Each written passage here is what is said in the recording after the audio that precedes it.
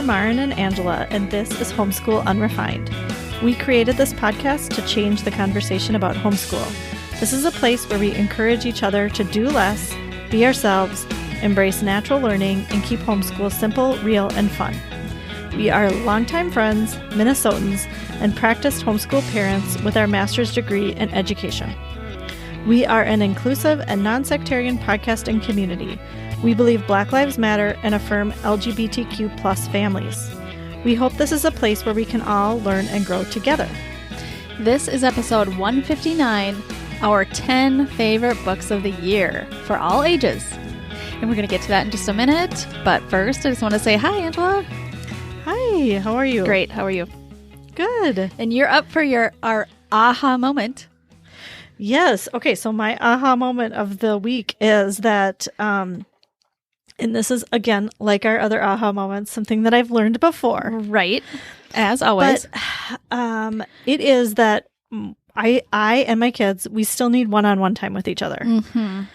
And I think this is something I know, but I think I thought a couple things. We're home all the time together. Yes. Right? We're getting so much together time that it's not really necessary. So much. And two, my kids are getting older. Mm-hmm. And do they really need to do something special with me? Because I do have a lot of good individual conversations with my kids throughout the day. So I'm like, well, we see a lot of each other. We talk a lot. We probably don't need to hang out together. So we have a friend who suggested taking her son. She took her son to Trader Joe's for a one-on-one date, and how much fun that was, or how great that was. And that's when I had my aha moment, because I was like, you know what? We don't shop at Trader Joe's, first of all. So Trader Joe's is kind of a treat. Definitely. It's a really exciting place to go. Yeah. My kids have actually never been there. And also, it used to be going grocery shopping with mom wasn't a fun outing. Right. I could get away with that when my kids were younger. Right. But now that we've been in this pandemic and we haven't gone grocery shopping is now an exciting thing. Absolutely. It really is. Yeah. I feel like I'm going back to the basics. I remember when your kids were young and you would say, hey, we're going to go to Home Depot for a date. And really it's just them coming along with you on an errand and you're killing two birds with one stone, right? I feel like we're kind of going back to that. It's do you want to go to Trader Joe's with me? And then there's so much excitement. So I've done this twice now with two different kids. And it's exciting because there's different food. So it's a completely different grocery store. So there's true. different food. And they're kind of exciting foods. They're something very unique to Trader Joe's. I know. It's exciting. And my kids have heard about Trader Joe's from other people. Yeah. So this is going to wear off if we keep doing it. I know that, but find a different grocery store. Well, not if you don't go that often. It's not your regular grocery store. So it might be special for a really long time. I hope so, because it's really exciting for me too. Mm-hmm. For both of us. Yeah. The drive there is exciting. Going in a store, seeing different snacks, picking a few different fun treats, picking something for dinner. The whole thing is exciting. Yes. And I'm really loving that. I'm loving that there's something really basic we can do like that.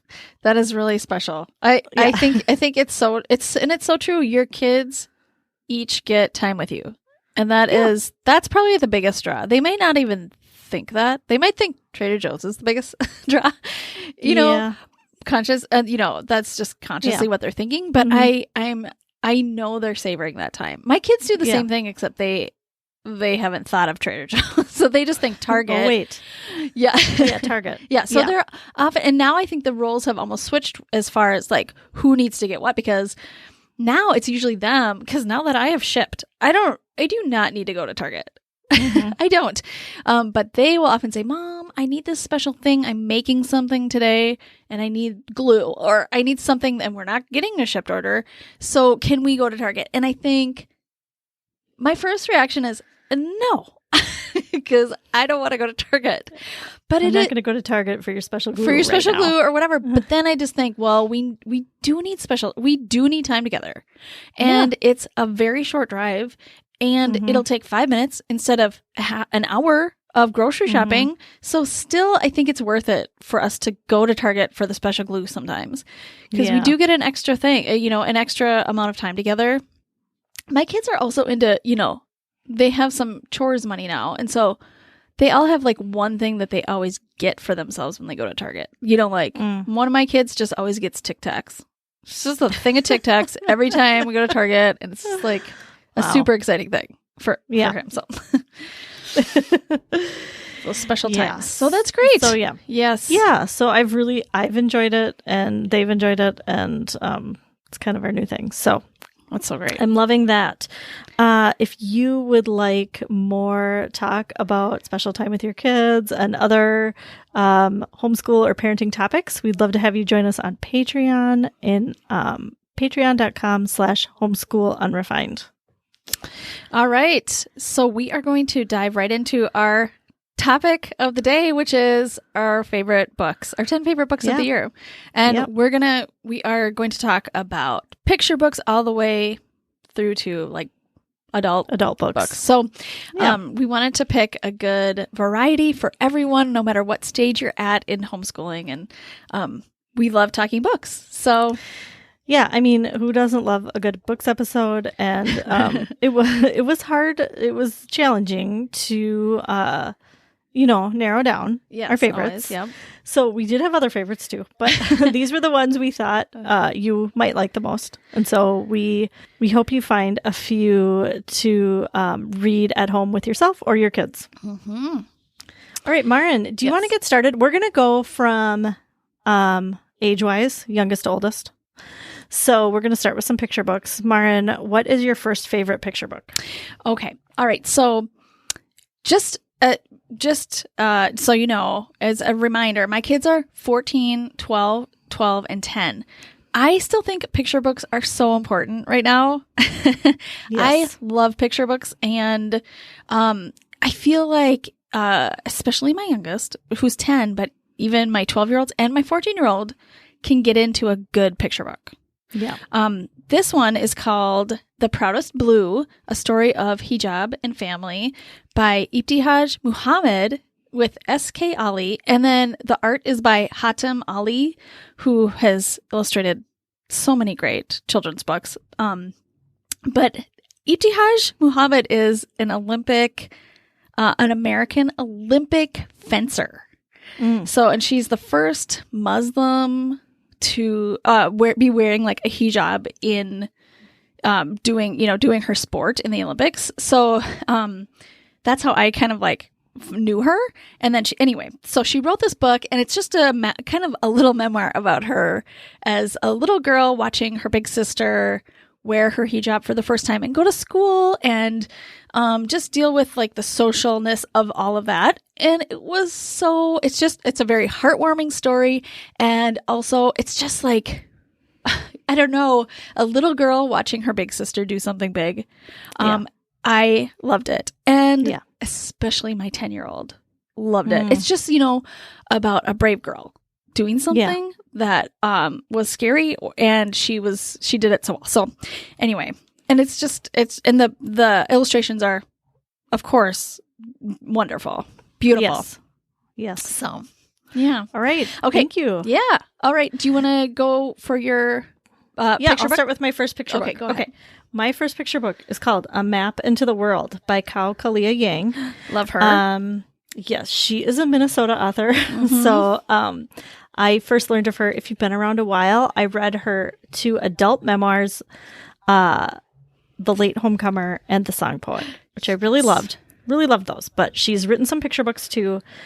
And this one, I don't know if it's because of where we live and she's a Minnesota author, but it was really hard to get from the library. I was on hold for months from the library for this book, but that was like maybe a year ago. So, I hope you can get it now. Yeah. I think you'll probably be able to.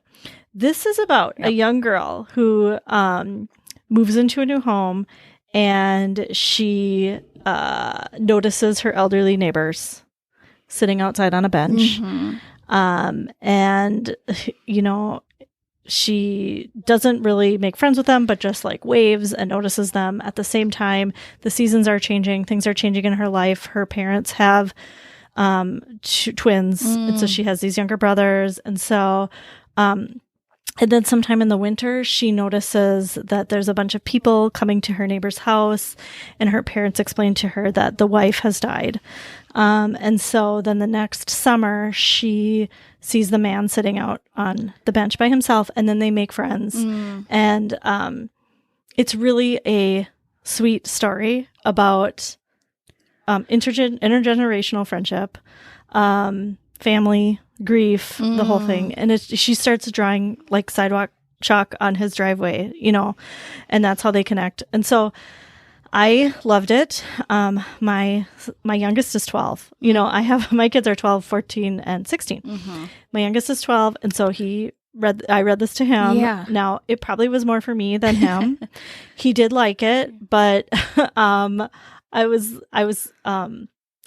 loved it. I mean, I feel like these picture books that I'm picking are also for me. Seriously, that's probably the biggest reason why I like picture books too. I know. I just love them. They're beautiful, and they're often so beautifully written too. So, yes. So I love this one, and she has a couple other great picture books too. You could just definitely get all of her books and read them for sure. So awesome. All right, Maren, what's your next one? Okay, my next one is also a picture book.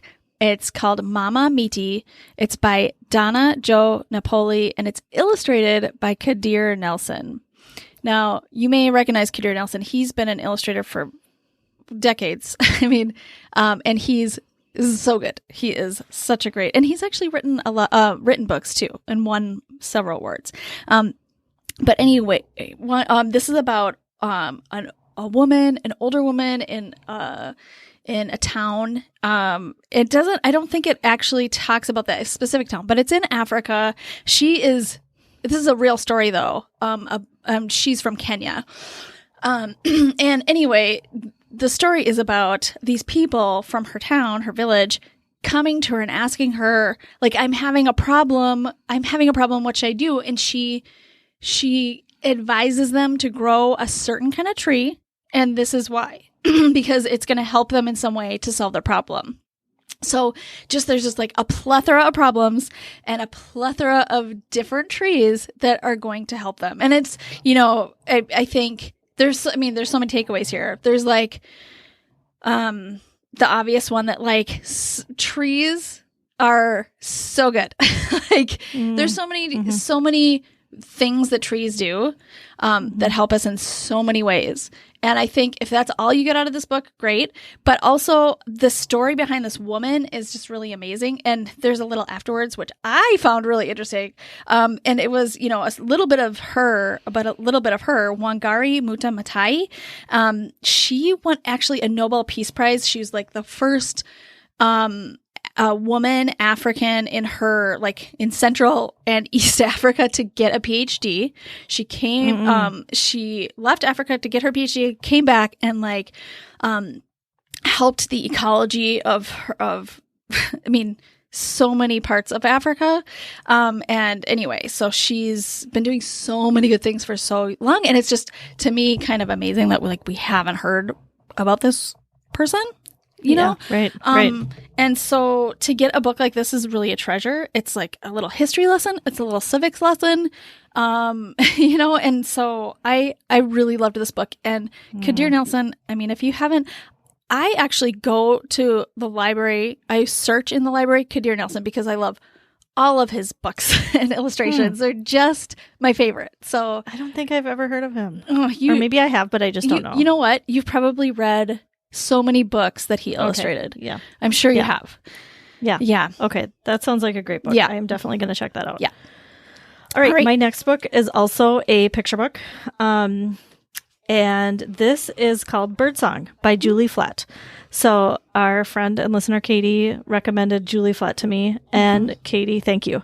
You were right. She is a great children's book author. You could just go, she's an author and illustrator. You could check out anything that she has written and illustrated. She's an Indigenous author, and so her stories are about that.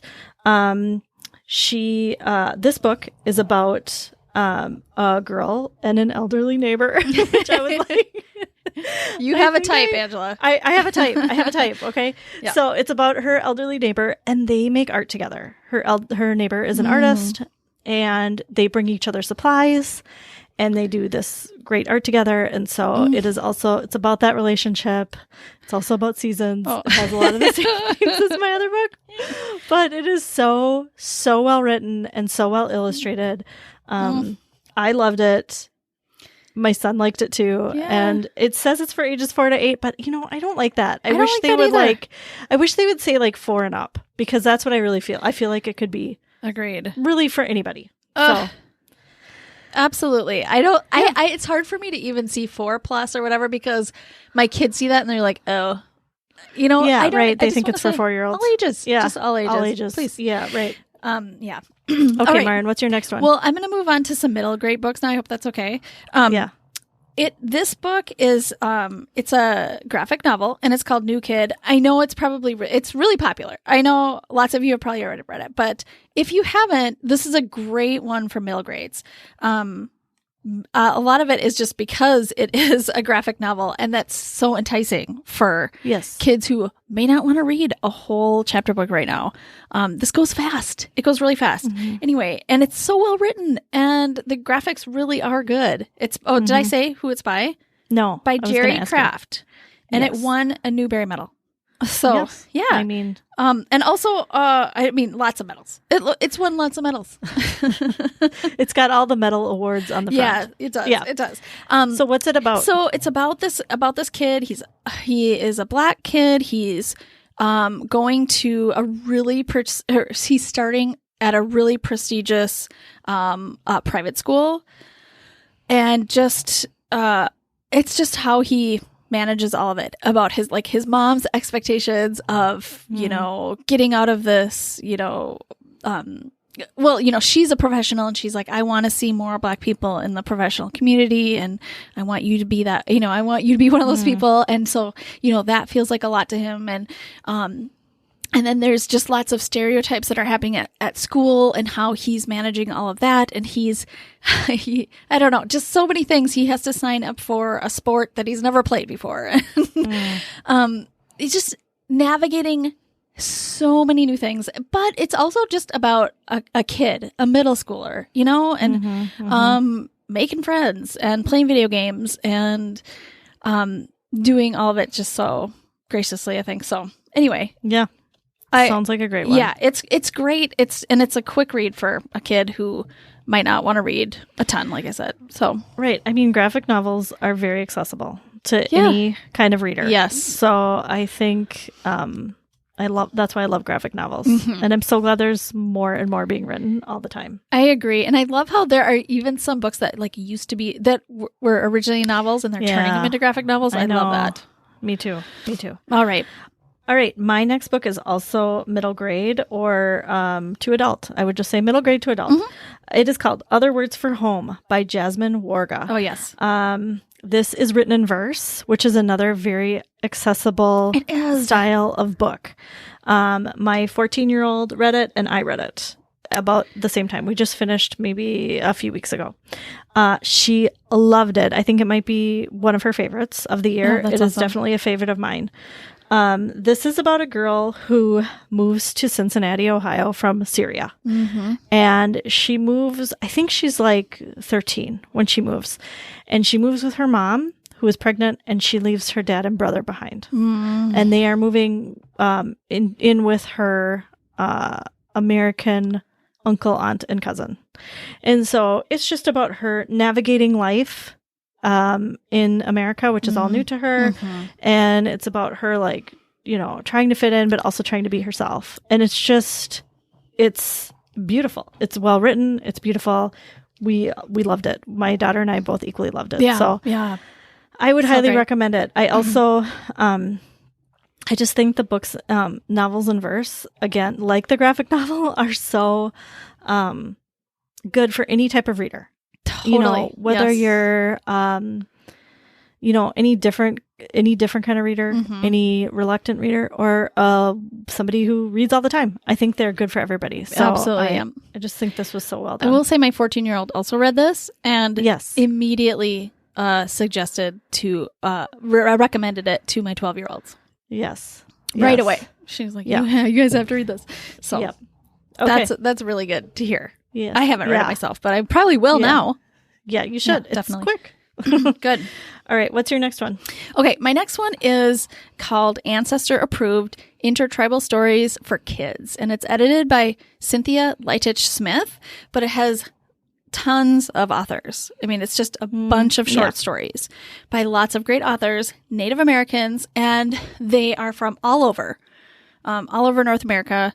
And they're stories of kids. They're stories of kids. And it's kind of in the same way New Kid, like I was talking about, is about, this kid dealing with lots of things, but also he's just a kid. That's what these stories are too. They're Native American kids being kids, and also growing into this, the kind of the traditions of their ancestors. And the pride and the joy they get from that is just really awesome to see. I haven't read much about that, in my lifetime. Right. So I'm so glad my kids are reading about that now. And we're just doing story by story. We haven't even read the whole book, but, and they're easy. It's easy. This is an easy book to read a few stories and then stop for a while. Read a few, stop. So, there's a lot of stories in here. You wouldn't even have to read them all. But they're wonderful, and they're so relatable. Like, my kids can kind of relate to so much of these kids in here. So I love just feeling that connection. And also they're learning lots. So right. Yeah. I'm definitely ordering that one. I think that's one we need to have at our house. Definitely. I agree. Yep. All right. Okay. My next one is When Stars Are Scattered by Omar, Mohammed, and Victoria Jameson. This is a graphic novel memoir, which, is a combination you don't see. I know. So, this is a story. I would say it's like for 10 to adult. Okay. This is a true story of Omar and his brother Hassan, who were born in Somalia and had to flee and ended up in a refugee camp in Kenya when they were quite young. I mean, I want to say like Omar was maybe 6 or something. His younger brother, so they're orphaned. Okay. And his younger brother Hassan is nonverbal, and so he's taking care of his younger brother in this refugee camp. And it is just about their experiences there, their friends, the route to education, the people who become their family. And so it is just a really, really great story. Again, told in this graphic novel format, which I just think is so great. So accessible. Yeah, I loved it. For sure. My 12 and 14-year-old both read this and enjoyed it too. So awesome. I would highly recommend it for any age. It's good to get the endorsements of, teenagers on those, or kids, right? Yeah. Yeah. For sure. Yeah. All right. Sure. What's next, Maren? This is my last one already. Wow. Oh, wow. Okay. Yeah. We're going fast. My last one it's called Binti by Nade Okorocha, and it's a sci-fi book, and it's actually, I think they called it maybe a novella because it's not a really long book.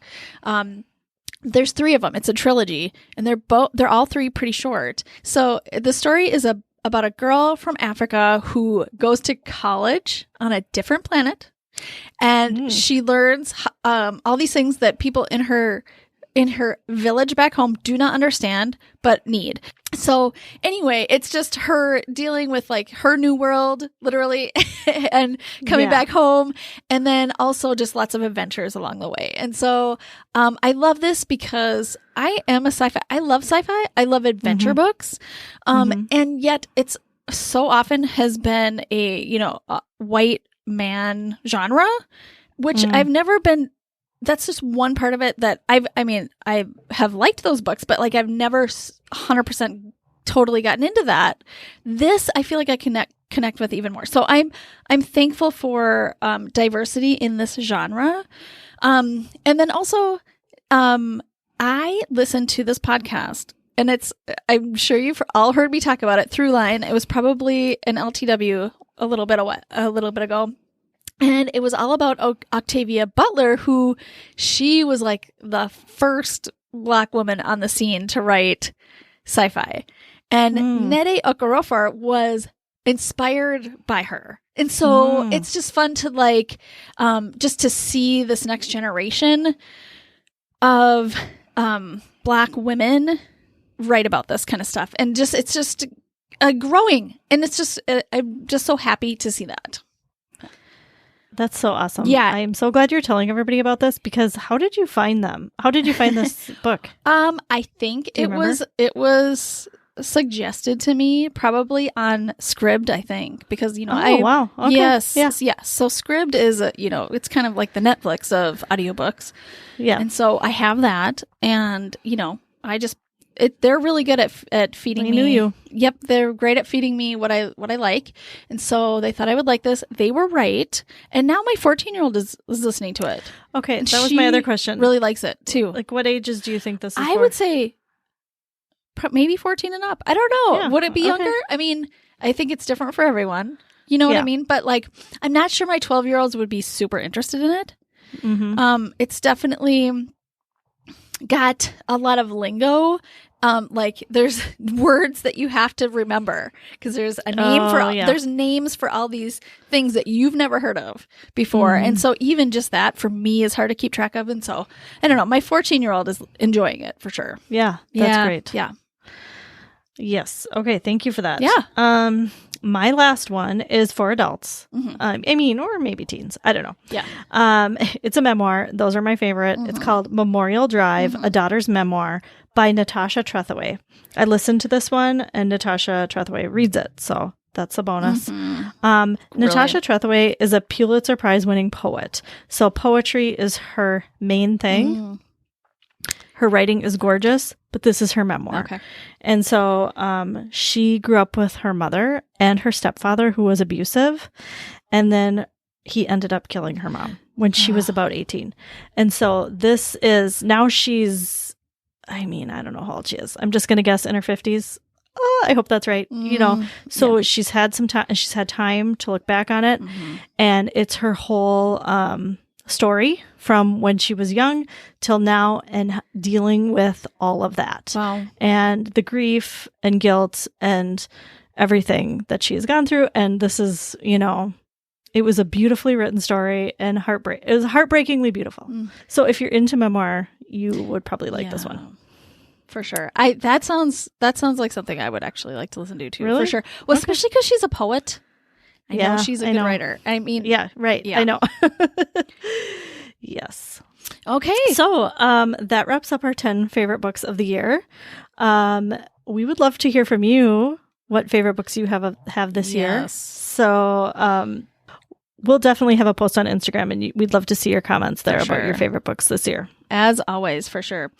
All right, let's move on to the listener question, which we are going to answer in Patreon.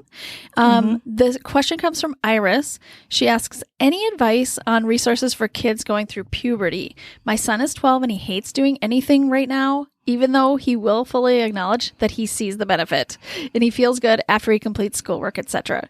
He fights everything beforehand, and I know so much of it is just changing hormones. But I would love suggestions for ways to navigate the season of schooling and make it as enjoyable as possible for him. I feel this one. We both have 12-year-olds. We do. We have 3 12-year-olds between us, so I think we can handle this. Yeah, for sure. So we'll see you over on Patreon to answer that. All right. Let's move on to LTWs. Angela, what are you loving this week? Okay, I decided to tell everybody about my daily smoothie recipe. Oh, great. Because, it's so funny. I've not been a smoothie person historically. I think I turned my nose up at it. No, I don't know. I didn't like the cold. And then I was like, I'd rather just eat my food instead of mixing it all up and drinking it. I don't know. I had a thing against smoothies. And now I've discovered smoothies. And what I love about this is that I have the same thing every day. So I'm not making the decision about what to eat for breakfast every day. I just eat the same thing. I know. And I'm not getting sick of it. So I'm sticking with it. So here's my recipe. And we will put this in the show notes too. But it's a half a banana.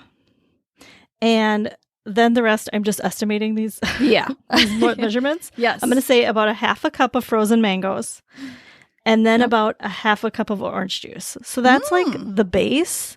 And if that's all I have, like I usually keep that stuff on hand. If that's all I have, that's fine. Right. Yeah. But my favorite things to add to it are like a huge handful of cilantro and a huge handful of arugula. Now, both those things are like kind of spicy. Yeah, right? I was going to say, they're like spicy I've never greens. put arugula in a I know. smoothie before. I know. It's mind-blowing. And I think that's why I like it so much. I really do. It just gives it this like, I don't know. Okay. I don't know if spice is the right word. Kick? I'm not sure. It's just like, it tastes so good. It tastes so good. And I do like huge handfuls, but you don't have to. Like you can do some little bits till you get used to it. Sure. And then I like fill the rest with water as like much as I need, right? So like if you want, like I kind of started out when I was drinking my smoothies as like waterier. Okay. Because for some reason like the thickness was like hard for me to, I feel I don't know. I don't like that Do either. you don't I like need the it to be thickness? smoother. I need it to be yes, more liquidy. A little bit like liquidier. I needed that at first. Now I can do like more of a smoothie consistency, but so just like however much water you need. And then, okay, a couple more things. I get this green powder from Thrive Market. It's called Greens and More. Yeah. And I put a scoop of that in. I just started that maybe like, I don't know, 6 months or 9 months ago. Okay. So I didn't always do that. But I feel like I'm getting more greens. I don't know. Yeah. And then another thing I just started like a week ago was, and this comes from the Lazy Genius, Kendra. She says she buys from Trader Joe's, which you're going to now. Which I went to and got because she said these like frozen cubes of ginger. Oh, wow. So like little squares of ginger in a cube frozen, right? Yeah. And you just put one in.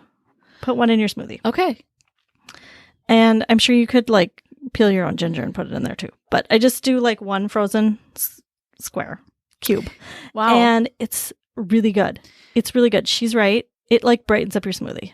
This It's reminds really me good. actually a little bit of the smoothie that I usually get from Jamba Juice, which is okay. where my kids really like Jamba Juice, and I use it as a motivational tool probably once every other week, I would say. Oh, wow. To Okay. go hiking or something, we will stop Yeah. for Jamba Juice, right? And I get the greens and ginger. And this sounds a lot like it, actually. So Okay, I'm gonna check that out because that's interesting. I don't go to Jamba Juice like you do, but I should. well, If they have this. yeah, it's really good. I Is mean, it? Okay. It's the one smoothie I like there. Oh, okay. So yeah, I probably didn't look at it before if I've been there because I was like, I don't know about ginger. I was Right, kind of right. like iffy on ginger, and now that I've tried it, I agree. It's great. yeah. I just feel like if you need like after I've eaten this in the morning, I'm like, okay, I just ate a bunch of greens. So if I don't eat any more vegetables today, it's fine. Right. It's going to be fine because I just started out with all these fruits I and think vegetables. that is so wise. That is so wise. Yeah. Way to go. And then like this probably goes without saying, you don't need to follow this recipe exactly. Like sometimes I run out of cilantro or arugula and I use spinach, or sometimes I don't have any of the greens and I just use the powder, or sometimes I don't have mangoes and I use blueberries or I use strawberries or something. Like I always have a banana, like I have a banana, but other than that, like really you can change it up. But I like the mangoes the best. Okay. So I usually have that. Great. So yeah. All right. What are you loving this week, Maren? Okay, well, I'm loving something that you actually have. Okay. And I know that because it's in our Homeschool Unrefined Amazon store. It's 5 stainless steel mixing bowls. And they come with plastic lids, which is such a game changer for me. Because, you know, we've always had mixing bowls and never had lids for them. And it's really annoying. Because number one, I need more storage things. I need, like if we're not done with something, I want to store it in there. And I can't, it's really hard to do that without a lid, right? So this solves that problem. And then the other thing I love is stainless steel it's so lightweight. I've never had stainless steel bowls ever. Me either. So I got these. Yeah. They're so great. So they're so lightweight and not breakable. Right. I know. Yeah. It checks all the boxes for me. And then the other great thing is the bottom has a little bit of silicone. It's a silicone base. So it's not loud, first of all, or scratchy. You know, you don't hear that, and it stays put. So you put it on the counter, and it just stays there. I know, and they stack nicely. They stack so nicely, and the lids are different colors, so it looks cute. And yes, they're all color coded. And then as a bonus, I've been looking for a good popcorn bowl for so long, and I didn't want a plastic one because I knew that would probably crack eventually, you know, or something. And so the biggest one here it's 7 quarts, which that means nothing to me because, you know, when I bought it, I was like, big. I don't know what 7 quarts is. But when I got it, I was like, this is a really nice big bowl. It is perfect for popcorn. Yes. And also it's perfect for a big, I'll just say, I already know this because we've had it less than a week, and it's big enough for a big Caesar salad bag from Costco because we put that in there. We've never had a bowl big enough for that big Caesar salad bowl. Sometimes we would use like the mixing bowl from our KitchenAid mixer to make salad, to, you know, mix a salad together, a big one. So now we have a big bowl. So I mean, it is. I told Sean, I was like, wow, I could have used this like 10 years ago, 15 years ago. I know. Why did it take me so long? I know. I was using glass bowls. Yeah, and they're heavy. And they were like, I got them for my wedding. Yeah. So like this was like 18 years ago or whatever. They're heavy. They were pretty, but they're not, like the biggest one wasn't quite big enough. I know. And then like one broke. And then like, I don't know why I just didn't do this earlier. Like, I don't know why I didn't prioritize this. I think I thought like, how often do I mix things? Like, I don't need a mixing bowl. I don't know. Now that and then because they have the lids, it's like, I'm always looking for something. Like if I make soup, yes, I'm looking for like something to put it in with a lid. Yes, and something big enough. Nice to have a bowl for soup too. You don't want like a flat, you know, thing to put your soup in. That's not fun. So yeah, and the funny thing is, it wasn't on my radar to get these, but my 12-year-old who cooks and bakes like something every day was like, Mom, we need some good mixing bowls. And I was like, can't you just mishmash all the things we have in our kitchen? Like, we probably have enough. Just use our Tupperware. And so she did some research and showed me what she wanted, and I was like, oh, I remember. Actually, she showed me some stainless steel mixing bowls, and I was like, oh, I just remembered Angela has some in our Amazon store, so I got those instead because they had covers. Yeah. That was the big thing. So I'm so glad that we did this, and I'm annoyed with myself that it took this long. I know. It took my 12-year-old to tell me we needed new mixing bowls, but and they're $25 for cheap for 5 bowls, and the covers. So it's just a great deal all around. I suggest everyone go get them today. Yes. All right. Well, we'll put links in the show notes for that. Yeah. And you, thank you everybody for listening. You can find our show notes at homeschoolunrefined.com, and we have all the links there. We are also on Facebook and Instagram at Homeschool Unrefined, and we will see you next week. Thanks for listening. Homeschool Unrefined is created and produced by Maren and Angela Sizer. Amanda Ginn is our content and marketing strategist. This podcast is listener supported. Join our growing community at patreon.com/homeschoolunrefined. We donate 10% of all Patreon income and product sales to The Conscious Kid, a Black and Brown-led organization that has been instrumental in our own evolution and in leading the way in both ideological and tangible change with their work in parenting and education through a critical race lens. No matter how you homeschool, you are exactly who your kids need. You're doing great.